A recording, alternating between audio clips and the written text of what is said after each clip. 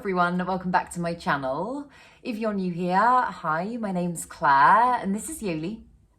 I make videos all about houseplant care, sharing tips and tricks I've learned over the years to help keep your plants happy and healthy. And today I'm going to take you through everything you need to know to care for a Piper Sylvaticum plant. This is a plant that I actually really struggled with for years and years and years, and so I've taken a lot of time to do research on this plant, figure out what it likes, what it doesn't like, a lot of trial and error, but I now feel like I know the plant pretty well. So I hope you find this useful and I hope you enjoy it.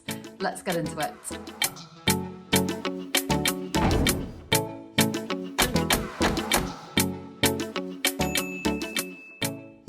So the Piper Sylvaticum is a beautiful, beautiful vining plant native to northeast India. And although I say it is a vining plant, although you can grow it in the way that I'm growing it now, it is actually going to do best on a moss pole. And I'll speak about this more when we come to propagation. But although, as I say, it can be perfectly healthy growing as I'm growing it, I've actually got mine in a hanger at the moment. If you want to achieve some really beautiful big growth in the plant and just better overall health in your plant, I would definitely recommend getting it on a moss pole, and that is one of the things on my list. I just haven't got around to it yet. But it's really important to remember with this plant, and part of the reason I do keep mine elevated is that it's not pet friendly and it can be toxic and it can be very irritating. So as I say, I keep mine up high in a hanger and I just think it looks beautiful like that. I think that's part of the reason why I've been a little bit more reluctant to put it on a pole, because I just love the look of it as it is. But the first thing to think about with this plant is light. And as I already mentioned in the intro, I did struggle with this plant for quite a long time. I could just never quite strike the right balance. Something was always going wrong with it. And I was initially told when I got this plant that it was quite shade tolerant and it could cope well in lower levels of light. And that is, in my experience, just not the case. Now that I've got mine right up against a window, it's getting a lot of south-facing light, so a lot of direct light even, a lot of direct sun.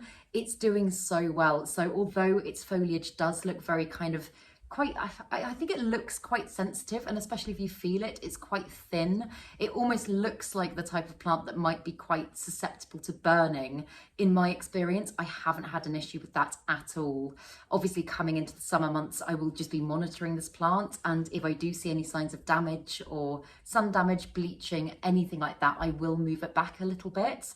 But in my experience at the moment, this is a very high light plant, so the brighter the better.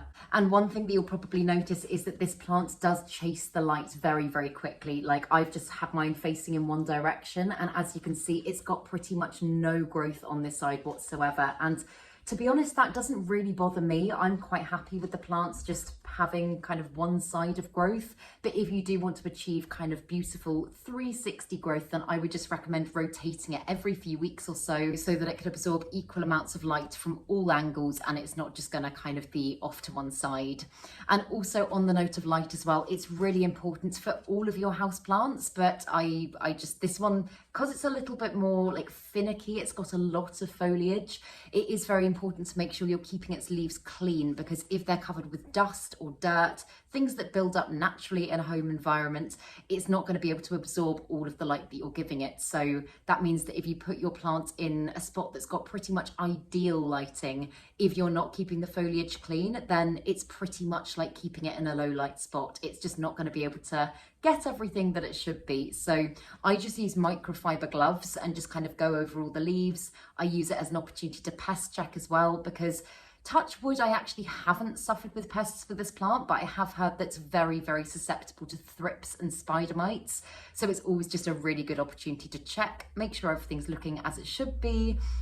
And yeah, keeping the leaves clean at the same time. And as I say, I did previously keep this plant in lighting conditions that just weren't adequate enough. It was getting very leggy, it was getting very stretched, its growth was very, very small. And although your plant will probably kind of survive if you keep it in a slightly lower light spot, it's just not doing it any favors. So yeah, up the lighting conditions is definitely number one, and maybe something you wouldn't have thought for this plant.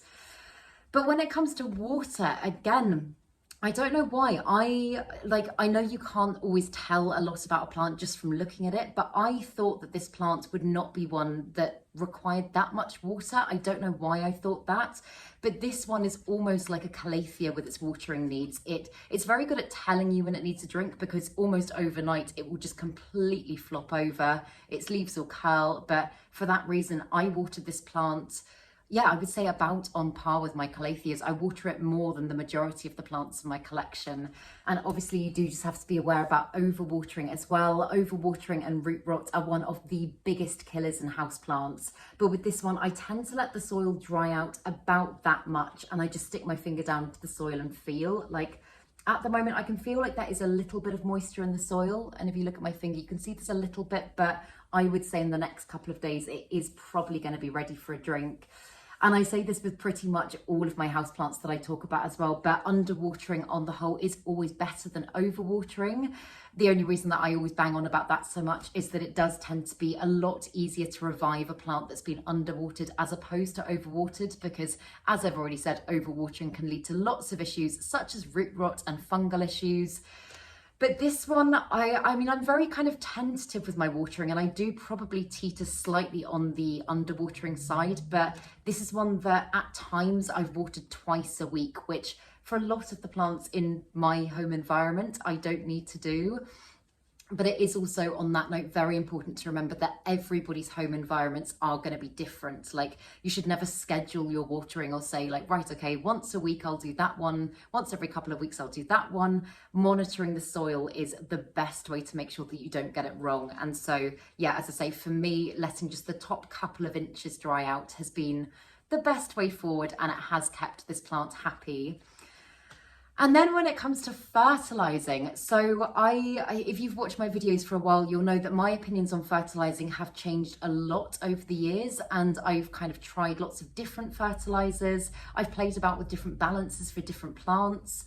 But nowadays, I do personally fertilize all year round, so long as the plant is actively growing. Like, if you look at this one, at the moment, you can see it's popping out lots of lovely new growth. And for that reason, I have fertilized pretty much since I got this plant, and I personally use liquid gold leaf fertilizer. I bang on about it all the time because it is just such fantastic stuff. Not sponsored, I just really adore this fertilizer. It basically focuses on the balance within the soil. It isn't just about delivering nutrients, it's about aiding beneficial microbes and all of the things that a lot of other fertilizers don't do. So that is what I'm using for this plant, and I've been doing it pretty much every single time I water, and the plant seems very happy and has been giving me lots of lovely growth. And the one thing that, again, I say a lot, but again, it's from experience, I've had a bad experience with this before, is that if you've never fertilized a plant before, I would usually start with a little bit less than is instructed on the bottle or the sachets or whatever you're using, and just kind of see how the plant responds and gradually build that up over time. I had a pothos plant a few years ago that I'd had it for years and years and years. I'd never fertilized it. It just seemed very content in the soil that it was in. I didn't really need to do anything to it. It was a very easy care plant. And then when I did start fertilizing it, I just went in with like a full whack of fertilizer, and it basically just sent the plant into shock because it wasn't used to it. I think it was used to living in quite a nutrient deficient environment, and that was just too much for it. So as I say, if you've never fertilized, personally, I would say build it up gradually over time. And when it comes to temperature for this plant, so my kind of like standard home environment tends to be around about 20 degrees, and this plant has seemed really, really happy in that environment. But I know for a fact it does not do well in colder temperatures. I will come on to that in a minute, but ideally you'd be looking for anything between about 18 and 28 degrees Celsius for this plant in order to kind of mimic its natural conditions as much as possible, keep it happy. But as I say, the first time I got this plant, I actually got it as a rooted cutting, and it was sent to me over, I don't think it was in the middle of winter, but it was over a very cold period. And although the plant looked absolutely fine at first, in the following days it started to go very, very floppy, and It's, I mean, honestly, out of all of the plants that I've imported and bought, it is the worst for suffering with cold damage. So I would make sure that if anything, the temperature is a little bit higher for this plant. And on that note as well, something very important to take into consideration is the fact that this plant is not going to do well with cold drafts. And when I say cold drafts, I don't mean airflow in a room. Like, obviously having good airflow is very important. It helps prevent things like mold and mildew. But don't go and leave your plant right next to a drafty door or a drafty air vent, or right next to an open window. I think during summer months, an open window would be fine because, again, it's just warmer, kind of naturally circulating airflow. But over the winter months, just be very, very wary about where you keep this plant, because it can bring it down fairly quickly and you'll start to notice lots of discoloration on the leaves, and it's just not going to be as happy as it could be. And when it comes to humidity for this plant, it is, if you hadn't kind of guessed already, it is quite a sensitive plant. It is quite delicate and susceptible to environmental changes. I would just aim to try and keep the humidity at around 55 to 65%. Higher is absolutely fine. This plant is only going to thank you for it, but I currently aim for that in my own home. I used to be able to keep the levels higher before I moved house, but I do live in quite a dry air space now. So 55 to 65% seems to be doing very good things for this plant. And as you can see, on the whole, it is looking really lovely and conditioned. I haven't had any browning. I haven't had any browning edges or tips or anything like that. No cracking leaves. So it seems very happy with that. But as I say, it is a tropical plant. And if you do crank the humidity even higher, it's never going to complain. It's just going to love it. So if you've got humidifiers, crank them up. If you don't have a humidifier and you want to naturally increase the humidity, I have made videos on this before, but some really easy things that you can do at home is things like air drying your washing, leaving pots of boiling water out, just leaving like cups of water around, or using pebble trays. Also grouping plants together, which I always think is great because it's an excuse to just own more plants. As they transpire, they will naturally release humidity and essentially act as a humidifier for each other. So that's a really good way of doing things. And in terms of soil mixes for this plant, so when I first got this one, it was in it was a very kind of coir based soil, and it was incredibly hydrophobic. Like, I was watering this plant and I was having issues with it because the plant was looking very wilty, and I was like, it's as if I haven't watered it. And it was basically just because the quality of the soil wasn't good and it wasn't able to actually absorb all of the moisture that I was giving it. So I've put it into like a really well draining mix now. I love Soil Ninja's base mix. I just use that and I add in some perlite. I've also put in some horticultural charcoal and worm castings just for some extra fertilization, and the plant seems really, really happy with that. But when I first got this one and the soil, as I say, was very hydrophobic, I was finding that I was needing to actually kind of bottom water the plant as well as regularly water it in order to make sure that it was actually receiving all the moisture that I was giving it. And that's never a particularly good sign. And one thing as well that I should have absolutely said when I spoke about watering is making sure that you're using a well-draining pot. I keep pretty much all of my pots in their nursery pots, and I either decorate them, or if I do put them into like ceramic pots, I'll take them out to water so that the roots aren't just left sat in water, because again, that can lead to issues such as root rot. And I know I said at the beginning of this video about putting this plant on a moss pole. And as I say, that is something that I do really want to do with this plant at some point, because I know it just helped to really bring out its full potential.